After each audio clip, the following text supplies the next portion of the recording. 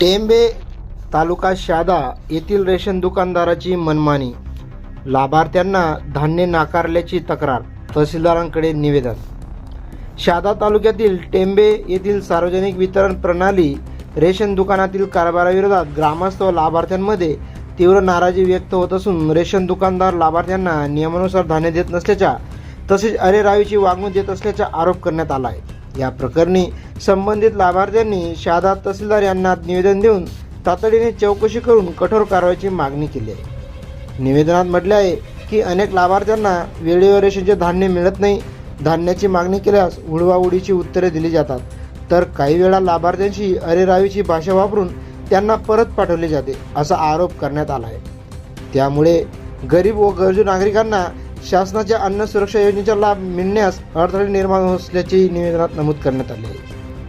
तक्रारदारांनी संबंधित रेशन दुकानाच्या व्यवहाराची सखोल चौकशी करून धान्य वितरणाची नोंद, ई-पॉस मशीनची माहिती, शिल्लक साठा तसेच लाभार्थ्यांना प्रत्यक्षात वितरित करण्यात आलेल्या धान्याची पडताळणी करण्याची यावेळी मागणी करण्यात आली आहे। चौकशीत अनियमितता आढळल्यास संबंधित रेशन दुकानदाराचा परवाना रद्द करून नियमानुसार कठोर कारवाई करण्यात यावी, अशी मागणी करण्यात आली आहे। या प्रकरणामुळे टेंबे गावात संतापाचे वातावरण असून तहसील प्रशासन या तक्रारीची दखल घेऊन निष्पक्ष चौकशी करून दोषींवर कारवाई करणार का, याकडे लाभार्थ्यांचे लक्ष लागले आहे। झुंजार क्रांती न्यूज ब्युरो, शहादा। माझे नाव जगन बबूदादा आगरे। आम्ही टेंबाहून आलो आहे।